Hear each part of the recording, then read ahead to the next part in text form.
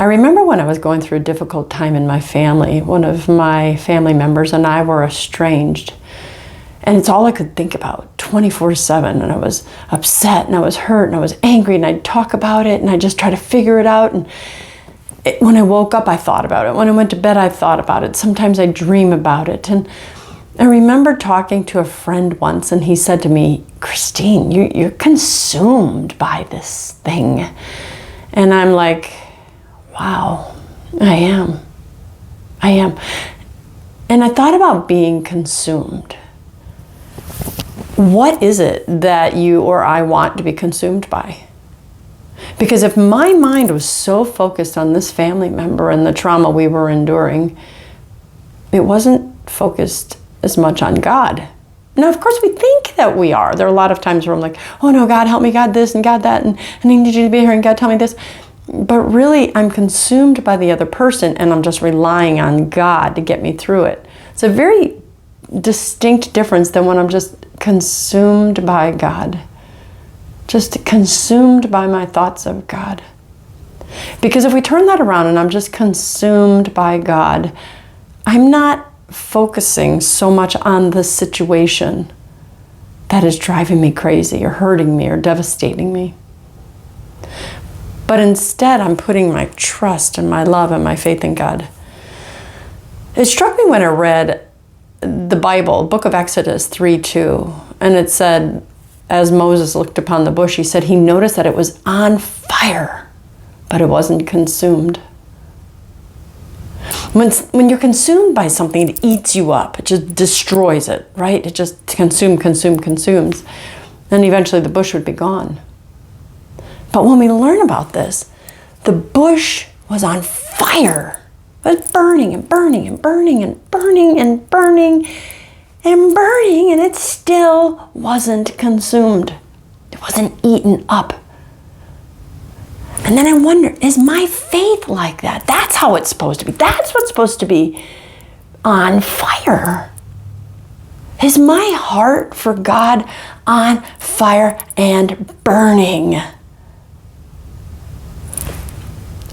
Now, in that sense, I'm thinking, is it bad if it's consumed by God?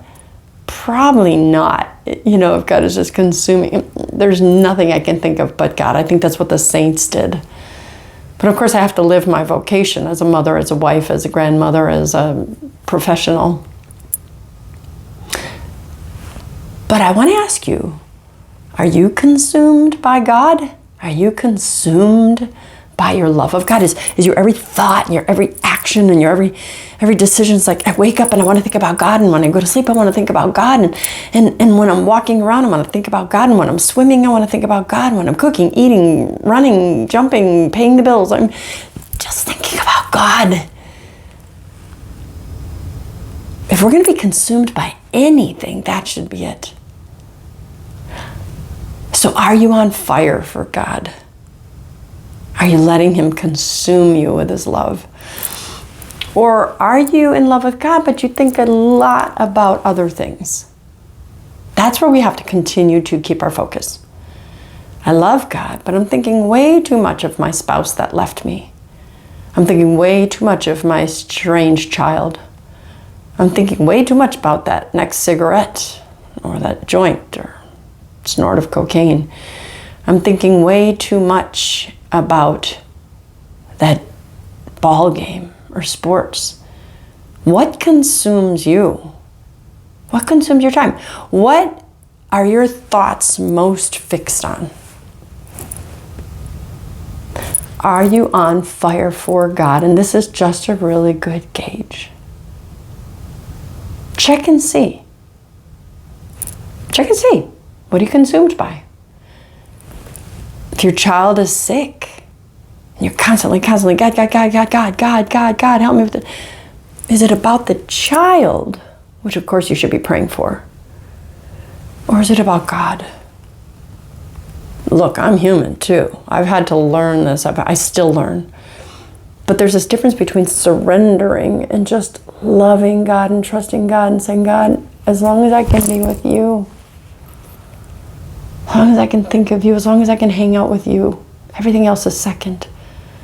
My prodigal spouse, my estranged child, my child with cancer, my fill in the blank. Are you Exodus 3:2? Though on fire, the bush was not consumed. If you are going to be consumed by anything, let it be consumed by God and thoughts of Him.